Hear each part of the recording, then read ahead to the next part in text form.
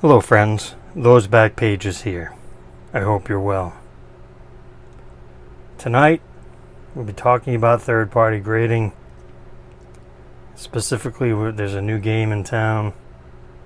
As my signage falls apart, I apologize. If you're new here, thank you for tuning in.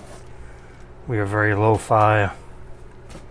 We'd rather spend our hobby dollars on slabs and cards than on production quality.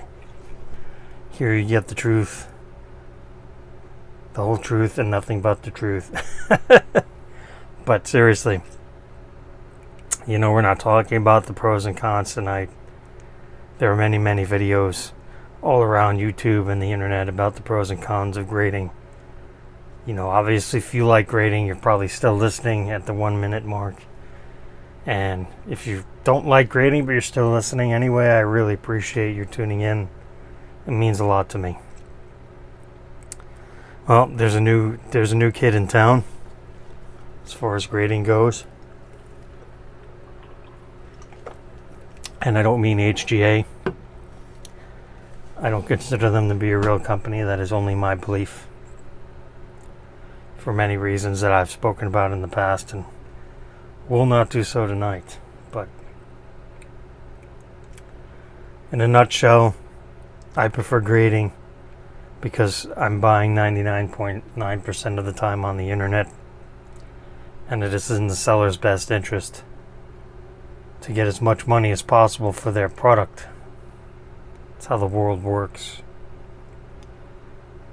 But I don't have a problem buying raw cards on the internet. I've done it. I continue to. We all have our own personal price threshold for that. But for the most part, I like grading because I like to know what I'm getting in the mail. Again, the negative stuff and all that other stuff, no need to go into that now. But I'm going to give you, go over it briefly. All the cards tonight, well, I'll go over that in a second. But, top of the heap, one that started it all pretty much is PSA. Here's a 2015 O-Pee-Chee Platinum Gold Rainbow, essentially gold refractor, numbered to 149. Graded a PSA 8. Probably due to top to bottom centering is not so hot on that, but there are only so many of these to go around. Ironically enough, I did buy this one in person. I think I had seen it online, but it was a lot cheaper in person. Just worked out that way. And like I said, I prefer my cards graded. I mean, it's a friend comes over, you want to see Gretzky? Here, check this out. Throw it. It's not a frisbee, but you can hand it to them and be confident that, hey, it's cool, let me check that out. And not be like, oh, be careful, be careful, be careful. Now, you don't want them to drop it, but, it is what it is. And then we have probably second longest tenure in the business will be SGC. And here's a 2021 Topps Chrome Gold Refractor number to 50. SGC. I like that they put the number, a serial numbered card. They put that on the flip itself. PSA does not. The case, the slab. A lot of people, a lot of the SGC fanboys, as they're called, they like to call it the tuxedo. I think actually my friend Nolan coined that, but 99.9% of the population, they rent a tux, they don't buy it.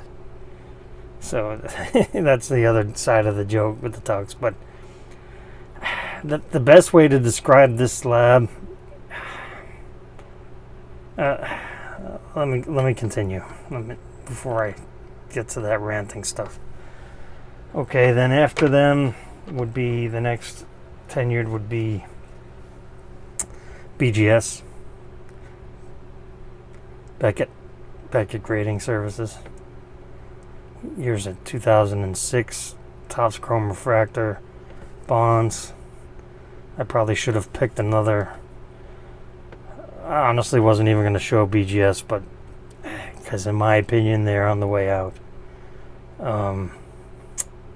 Yeah, the baggy inside is terrible looking. It takes away. It does appear very nice, but it would be even nicer, without a baggy inside the plastic. This one doesn't have subgrades. That's a new thing now for them. Again, another reason I think they're on the way out. Personally, I'll still buy. I've had this one a while, but I'll still buy BGS. But man, you gotta really, really be beneficial to me price wise. I will buy a BGS overall card if the price is the same, especially.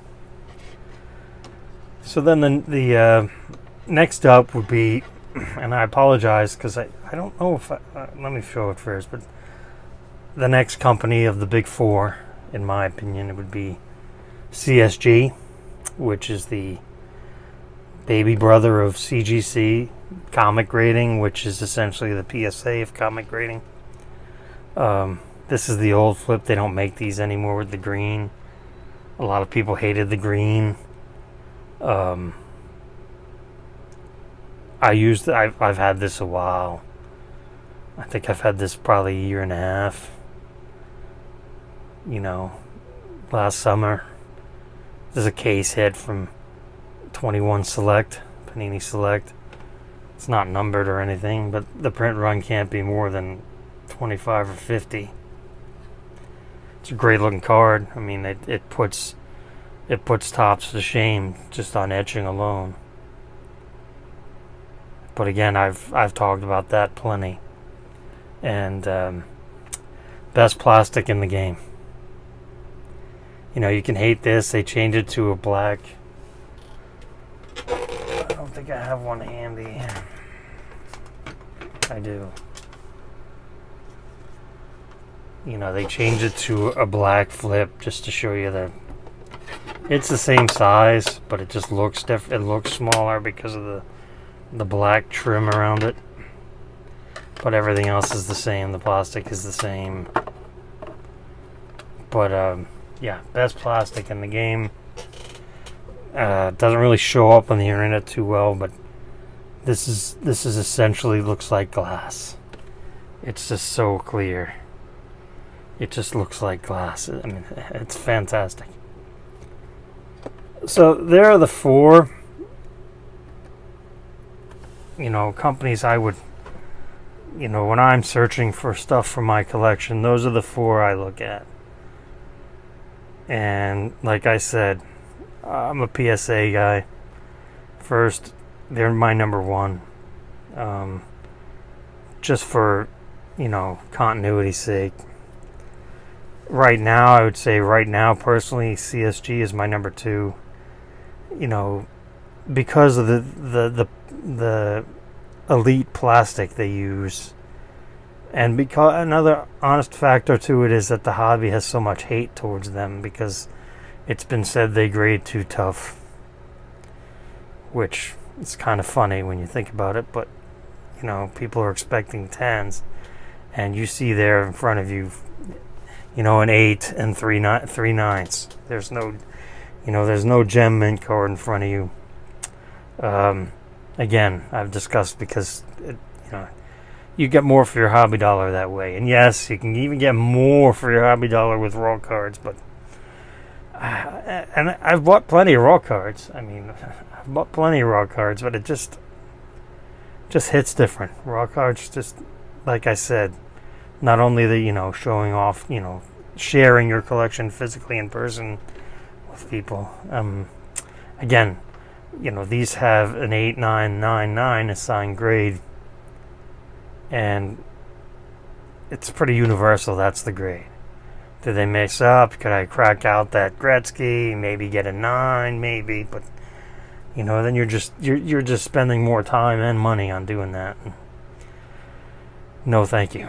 Okay, so as you could probably tell from the title of the episode, I was talking to some friends, and we've, like I've mentioned before, the importance of having friends in the hobby that you can speak privately with, and bare bones and not sugarcoat it to make someone feel good.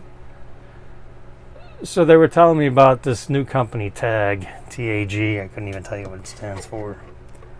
But they said, when CSG came around, having been involved in the comic world, I was excited. So I went ahead and I picked up I should have had it out, but a 89 Donruss Griffey CSG 7.5. I picked it up on purpose because it was about $7. So I wanted to see the slab in person because, the internet is great and all, but things look different in person versus the internet. Take that where you will. But, so, TAG.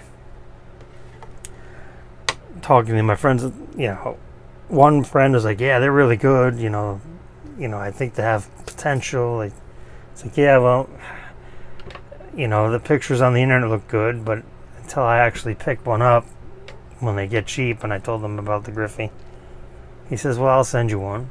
So he did. And here it is.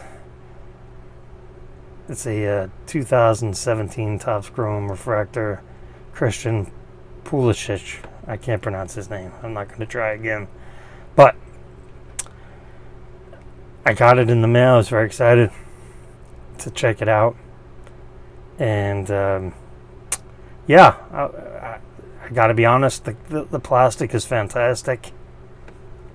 The build is nice. It's sturdy. It's clear. The plastic is great. I don't know if they're using the same formula as CSG, but the plastic is great. I'll give them that. And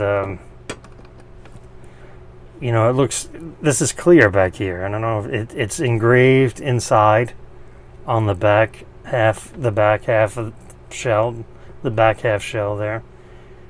It's engraved. There's a little QR code where I think you can scan the QR code and you can see 7.44. Again, I don't know this is supposed to be all done by computer, and I don't know about all that stuff, but I'm just here to talk about the slab itself, not the accuracy of the grading. I mean, it does look off center top to bottom, which probably accounts to a 7.5, but again, my point has always been, let's say this was an expensive card and you wanted it in your collection. 7.5 is going to save you a lot of money versus a 10. But, I'm here to give you my opinion on it and all of that stuff. After just saying that, you really have to see one in person for yourself. But initial impressions, very sturdy build. It reminds me a lot of CSG. It's a little bit smaller, not as tall. Has a good lip feel around the like CSG does. Should probably not screw up with that ore, but it has a good feel. Very, very similar build feel to this. PSA. They probably stack a little bit, kind of like PSA and CSG kind of stack a little bit, but not perfectly. But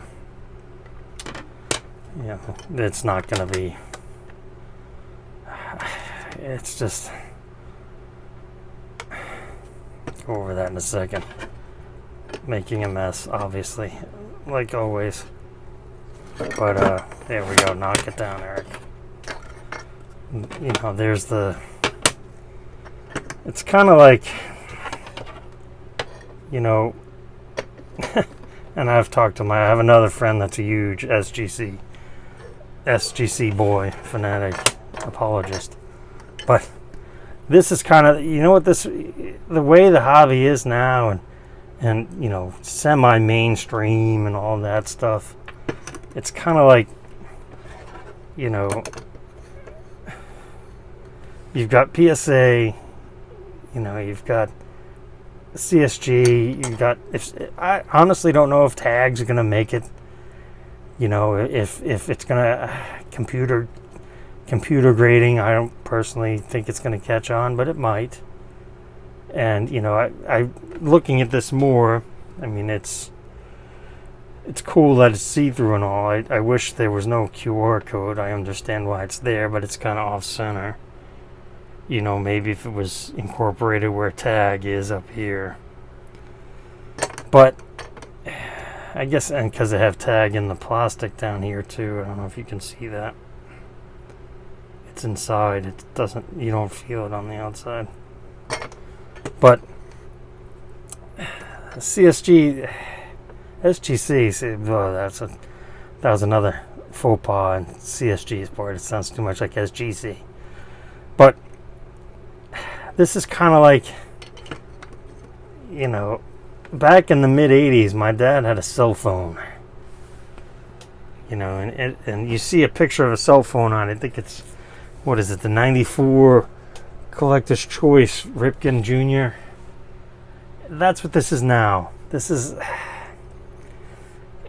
old and outdated, and it's still functional, but it doesn't look very good. It's not sleek. It's kind of bulky.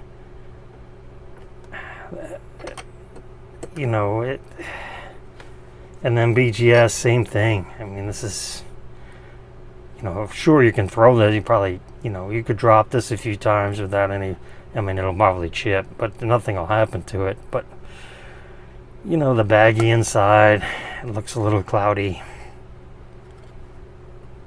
You know, they're not doing themselves any favors. BGS as a whole is pretty tone deaf when it comes to the current market. But, you know, hopefully this gave you a little insight. You know, show you a tag you've probably heard. If you haven't heard about it, you're going to be hearing about it. You know, and I like to give you the honest opinion on it. I haven't started searching for any tag stuff. Would I? Sure. But, you know, again, I think I'd rather, at this point, I'd rather have a refractor and a tag slab than a BGS slab and maybe an SGC slab. Maybe.